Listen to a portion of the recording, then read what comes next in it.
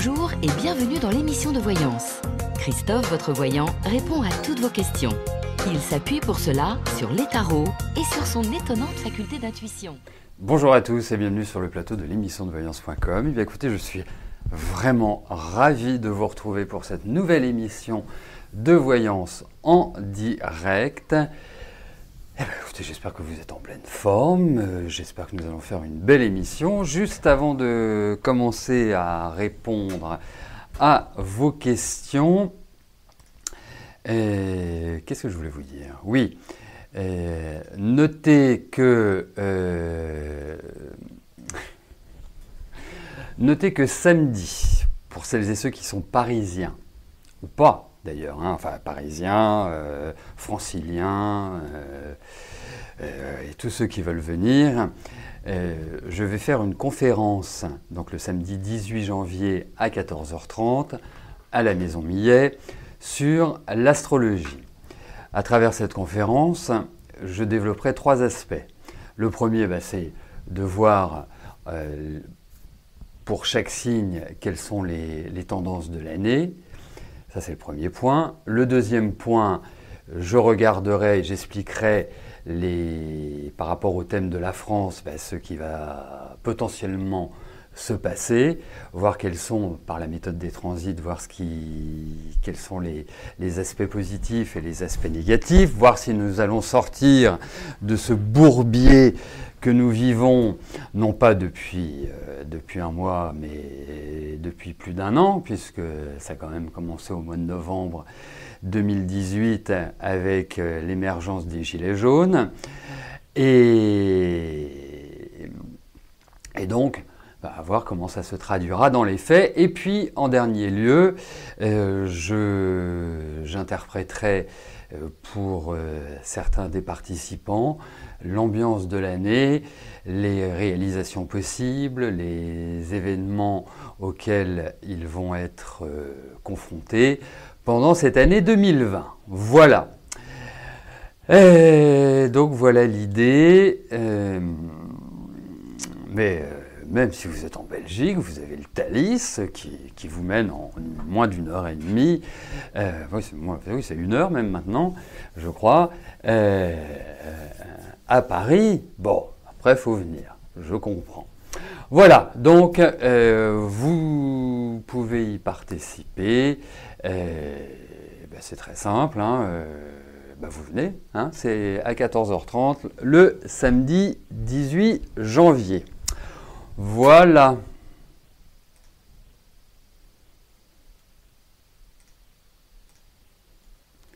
Allez, on y va. Cathy, bonjour. Quel est votre avenir sentimental avec Philippe ?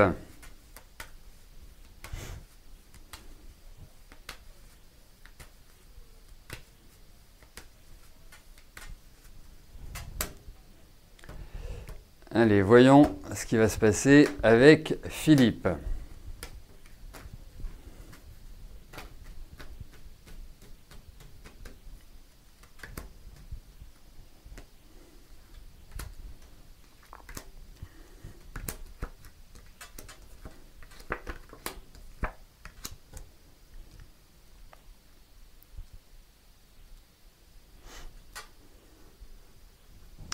Alors, dans ce que je vais vous dire, je vais être très direct et je souhaite de tout cœur que vous infirmiez ce que je vais vous dire, mais j'ai l'impression que vous n'êtes pas particulièrement épanoui. J'ai l'impression que cette relation est un peu difficile. Il y a des choses que vous n'arrivez pas à admettre ou vous n'arrivez pas à digérer. Il y a des choses que je trouve qui vous agacent par rapport à cette relation, par rapport à Philippe. Comme si, en fait, d'une certaine manière, l'équilibre était compliqué à trouver. Donc, je pense que c'est une relation qui, dans les mois qui viennent, risque d'être perturbatrice pour vous, de ne pas vous permettre de trouver une harmonie. problème de communication, on a l'impression que lui, il n'est pas toujours là où vous l'attendez et là où vous ne l'attendez pas. Voilà, c'est une question, en quelque sorte, c'est une question d'équilibre, il faut le dire. Donc, pour moi, je pense que c'est, si j'avais un conseil à vous donner, il est clair que va falloir prendre beaucoup sur vous, mais en même temps, votre nature est quand même plutôt de quelqu'un qui entreprend, qui prend les choses en main. Enfin, ça a été un peu votre vie d'une certaine manière, hein. Vous aimeriez bien vous reposer un petit peu, mais c'est pas forcément à l'ordre du jour, et c'est pas forcément avec lui que vous trouverez une forme de calme. Vous voyez ? Voilà ce que j'en pense. Donc pour moi, c'est plutôt une relation mitigée, ne permettant pas d'accéder à de la joie, à du bonheur, à une espèce d'harmonie et d'équilibre dans votre vie sentimentale avec Philippe. Voilà. Donc prenez du recul. En même temps, j'ai l'impression que vous n'avez pas trop le choix. Voilà, faut vraiment travailler sur le zen ou la zénitude, pour reprendre les termes de quelqu'un que nous connaissons bien. Donc voilà, c'est compliqué.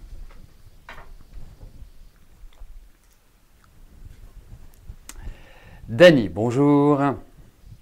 Est-ce que je vois la finalisation de la succession de l'oncle de votre époux pour le printemps prochain ?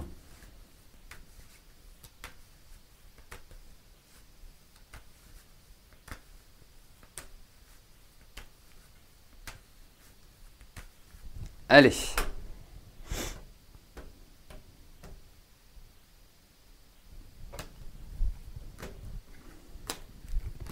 Voyons par rapport à cette succession.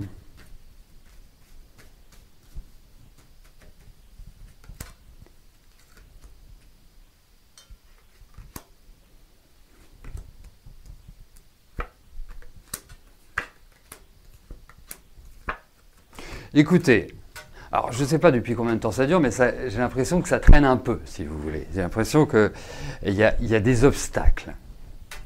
Après, ça va se finaliser. Alors, est-ce que ça va se finaliser au printemps ? C'est à minima, hein, à mon sens. Hein. Alors, je vous le souhaite, hein, que ce soit le plus rapidement possible. C'est pas forcément ce qui est exprimé. On sent que il y a certainement des éléments qui sont attendus, ou il y a des éléments nouveaux. En fait, à un moment donné, ça freine là. Ça va continuer à freiner un peu. Et puis, soudainement, plouf, ça va se régler. C'est quelque chose comme ça, d'automatique, et je vous dirais, je pense que c'est dans les 6 mois qui viennent, à mon sens, hein, que tout est acté.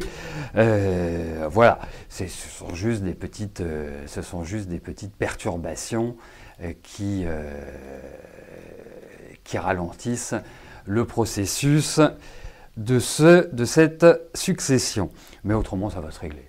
Alors, je me demande si votre mari, ou même vous, hein, en tout cas, si vous ne devriez pas retourner, aller vers l'endroit où se passe cette succession. Alors je sais qu'on a des outils de communication qui permettent de ne pas avoir d'obligation à se déplacer, mais c'est pas impossible. Voilà. Ou alors c'est en rapport avec l'étranger. Mais en tout cas, ça se réglera avant le printemps. Je vous le souhaite, mais ça me paraît un peu court.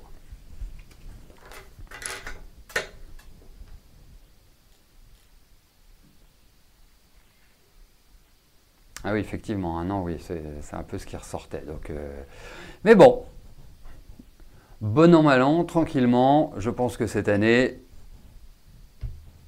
ce sera réglé. Geneviève, bonjour. Votre fils, Bruno, est divorcé. Il a rencontré Christine, qui est très exigeante. Donc, ils se sont séparés. Est-ce que je le vois rencontrer quelqu'un d'un peu plus souple ?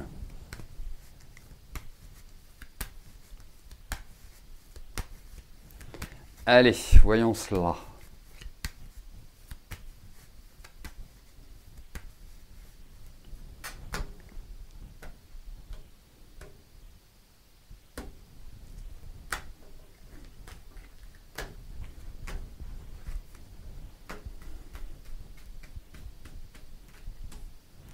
Allez, voyons pour votre fils Bruno, sur le plan affectif, ce qui se passe.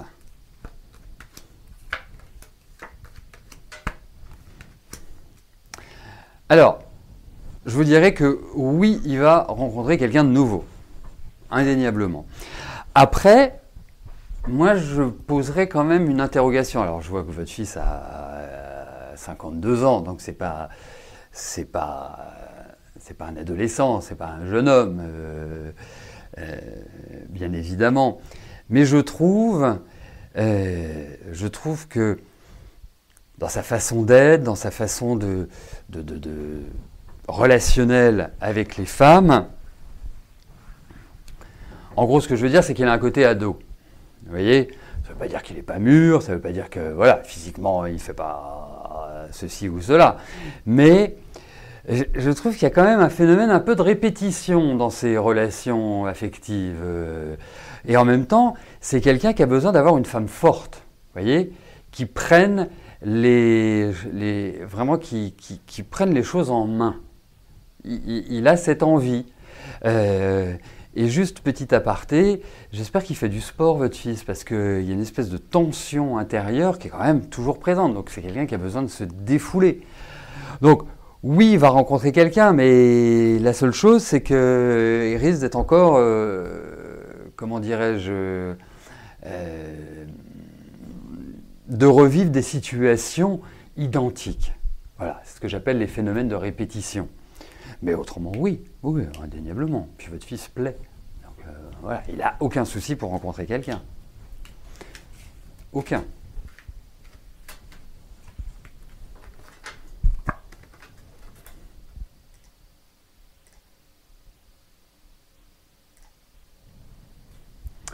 Nelly, bonjour. Quelle serait, d'après moi, la meilleure attitude à adopter envers votre mère, avec laquelle vous n'avez plus de contact depuis l'installation de votre frère, chez elle?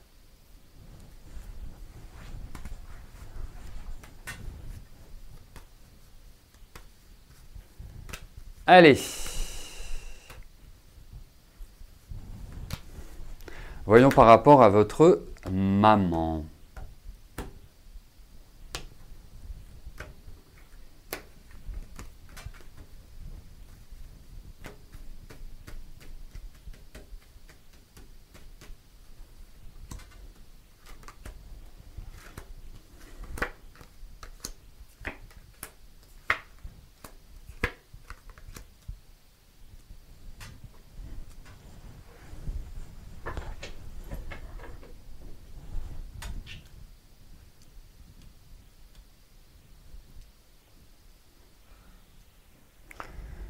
Bah écoutez, je dirais quelque part c'est compliqué de trouver le juste milieu avec votre maman parce qu'elle est un peu extrême, vous voyez?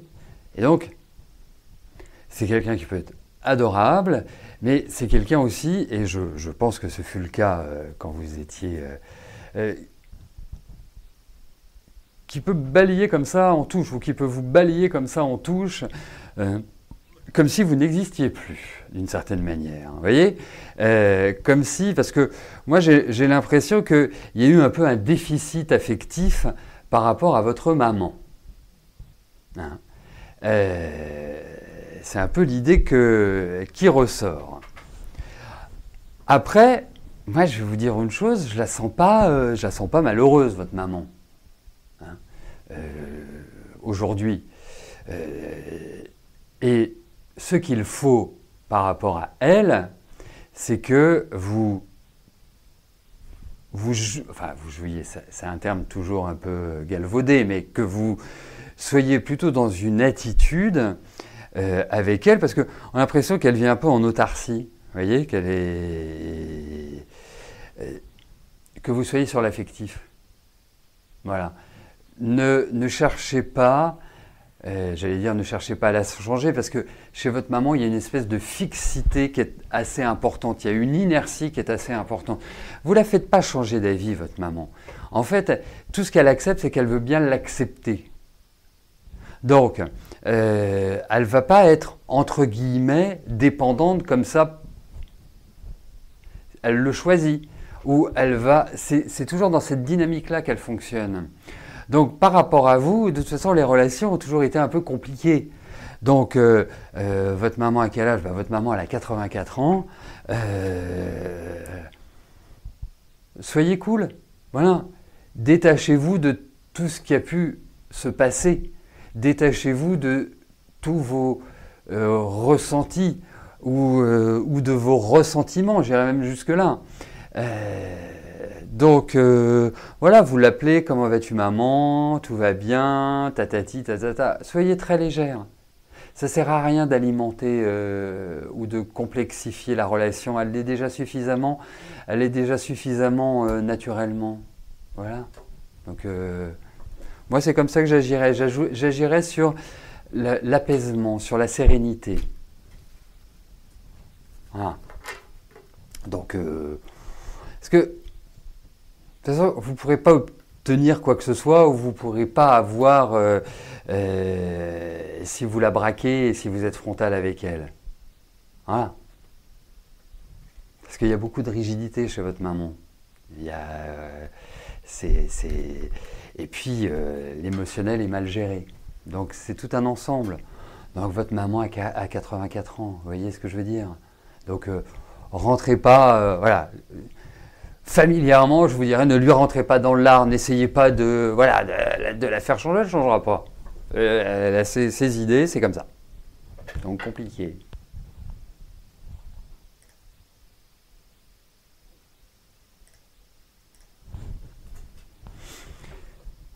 Anisa, bonjour. S. Kanders Costala acceptera-t-il de vous rendre une partie de votre argent?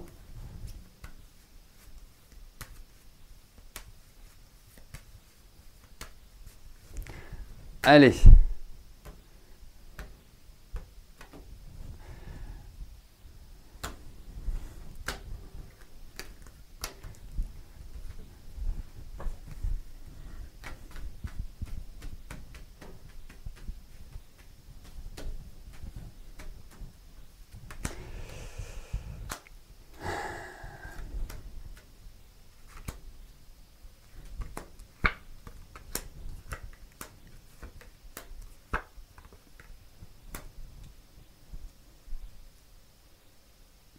Eh bien écoutez, moi je vous dirais une chose, c'est que je pense que oui. Après, il est particulier ce monsieur quand même. Hein. Il est très sibyllin, je trouve. Donc, pour moi, oui, vous allez récupérer votre argent. Enfin, vous allez récupérer une partie, toute partie, je pense plus une partie. 26, 27, 27, 15. Alors, je ne sais pas de comment de quelle manière, mais il y a quand même des histoires de légalité. Vous voyez, comme si, alors je dis pas que c'est un procès, je dis pas que c'est un huissier, mais il y a quand même quelque chose de légal derrière. Est-ce que vous aviez signé un papier? Est-ce que vous avez, enfin, je sais pas, mais il y a un rapport avec la loi, avec l'officialisation en quelque sorte, hein, pour être plus pour exprimer de manière plus claire ma pensée. Donc, je pense que oui. Après, ce monsieur est très loin d'être pressé. Alors, je ne sais pas depuis combien de temps il vous doit cet argent, mais ça joue, si je devais utiliser que les poissons ne s'offusquent pas, hein, bien évidemment, mais ça joue un peu comme ça. Non. Hein. Mais je pense que oui. Il y a une bonne surprise.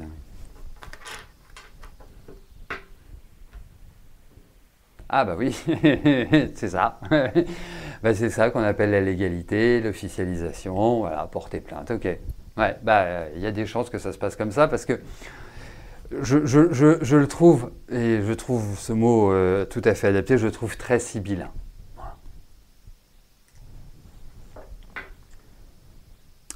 Maïté, bonjour. Vous avez un nouveau projet, mais sur Vichy. Vous mettez donc votre maison en vente sur le Cap Ferret. Vous avez eu un gros coup de cœur pour un autre hôtel, mais voilà, il vous faut déménager. Allez-vous vendre votre maison pour le mois de juin?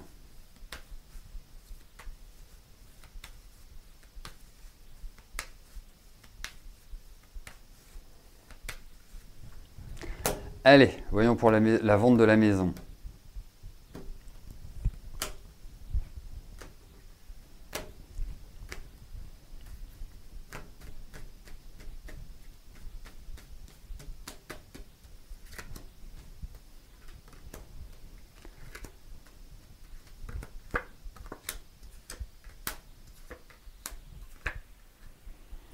Alors, oui, elle va se vendre, mais d'ici le mois de juin, je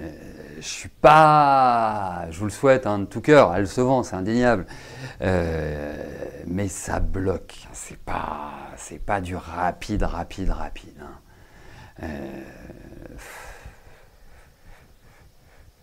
Mais elle se vend. Mais peut-être pas dans les temps, ou peut-être pas dans les conditions, ou dans l'environnement que vous imaginez au moment où vous me posez la question.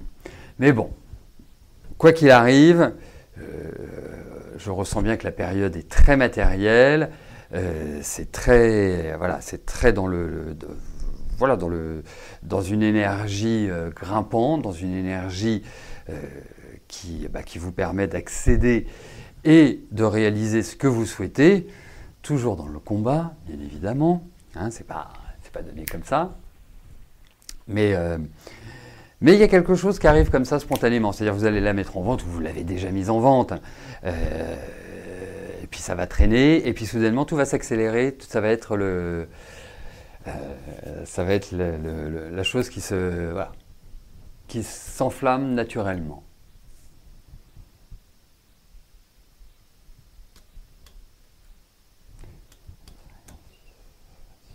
Ouais, non, c'est un petit peu lent.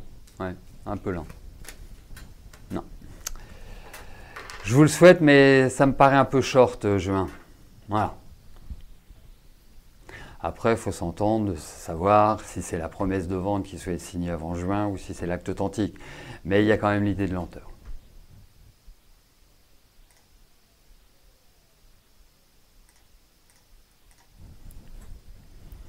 Guylaine, bonjour. Après un déménagement, la rencontre assez particulière de votre ami, Jacques, est-ce que je vois un changement financier?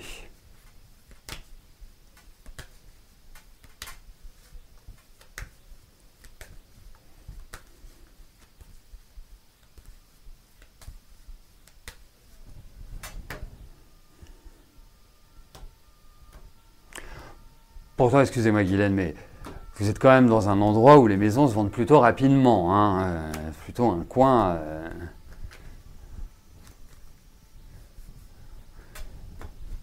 Voilà, ça traîne pas trop.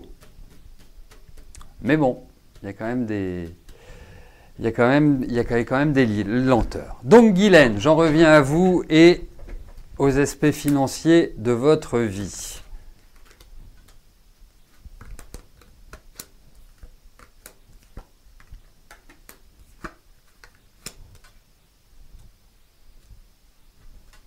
Alors, je vais vous traduire ce qui apparaît dans les cartes.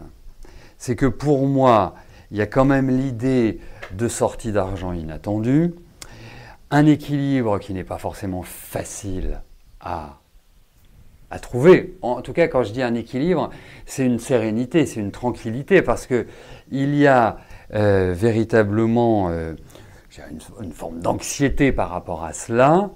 Il est clair que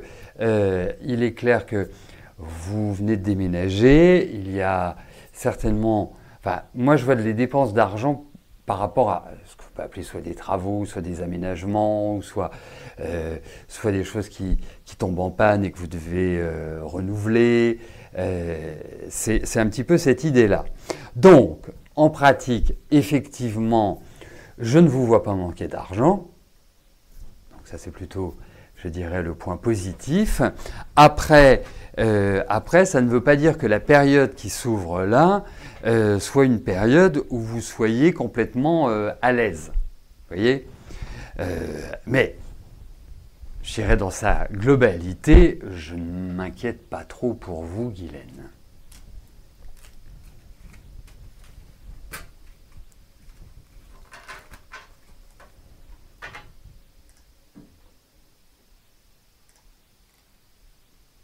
Leïla, bonjour.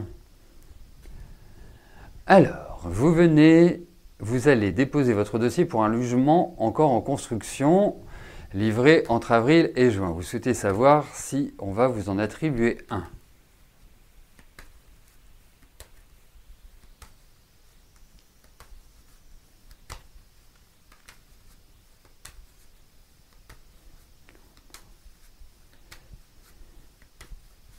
Allez.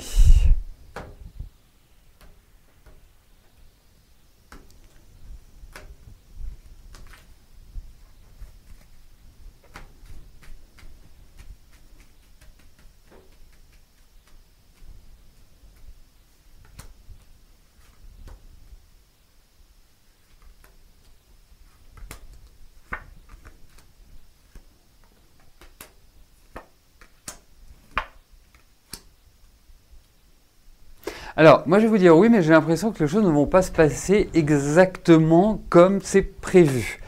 Il risque d'y avoir des situations ou des échanges qui vont vous, entre guillemets, vous stresser un peu. Alors, est-ce le retard de livraison, ce qui peut aussi arriver, hein? Ça, c'est la première chose. Deuxième chose, moi je vous vois quand même déménager, je vois quand même l'attribution d'un logement, je vois des signatures pour cela, mais il y a cette idée un peu où les choses tournent au ralenti. D'autre part, vous avez déposé un dossier. Je vais vous donner juste un conseil, c'est de peut-être bien vous assurer que ce dossier, quelqu'un s'en occupe. Et que ce ne soit pas posé sur une pile ou oublié sur un coin de table ou autre, parce que j'ai l'impression que les personnes auxquelles vous avez fait appel ou la personne qui est en charge de votre dossier, c'est pas vraiment ça. Donc, pour moi, il y a l'attribution effectivement d'un logement. C'est-à-dire que vous allez déménager. C'est un peu l'idée qui ressort. J'ai quand même l'impression que vous avez été très patiente.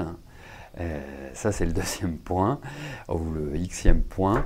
Mais en tout cas, il y a déménagement. Mais je ne l'aurais pas vu aussi vite que ça sur avril-juin. Voilà. Peut-être qu'il y a d'autres choses qui vont s'ouvrir pour vous. Voilà. Mais il y a des choses qui vont peut-être être peu satisfaisantes en fait, hein, ou qui ne correspondent pas avec votre idée actuelle.